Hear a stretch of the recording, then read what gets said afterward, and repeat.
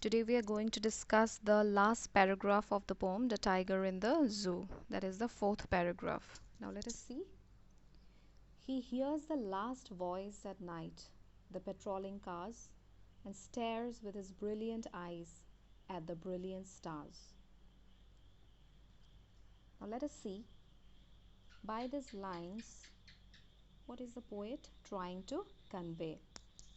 Here, patrolling means to guard, to vigil. The poet says that in the night, the tiger hears the sounds of the patrolling cars. Patrolling cars are the vehicles of police which are used to guard at night. So, in the night, the tiger hears the sounds of these cars. He then stares at the shining stars with his shining eyes. The poet wants to say that the tiger is sad as he is confined in the cage, so he cannot do anything. Therefore, he stares at the stars in the night and tries to divert his thoughts towards them. Now let us see the literary device in the last paragraph. So, first of all, let us see the rhyme scheme. Now, what is the rhyme scheme here? ABCB means cars, stars. Again, we see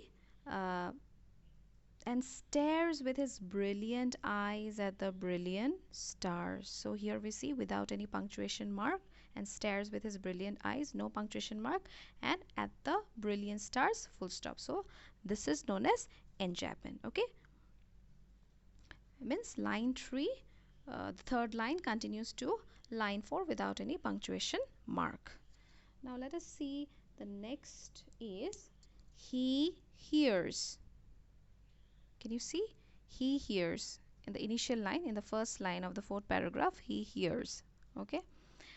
Now, this is called alliteration. Use of sound H in the starting of the two words. He hears. The prominent H sound. Okay. Next we see use of I sound, that is assonance, where we see with his brilliant. Now here the I sound is very prominent, and that is known as assonance.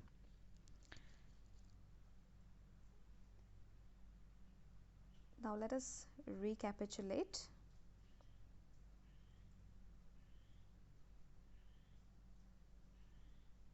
Now let us look at the summary.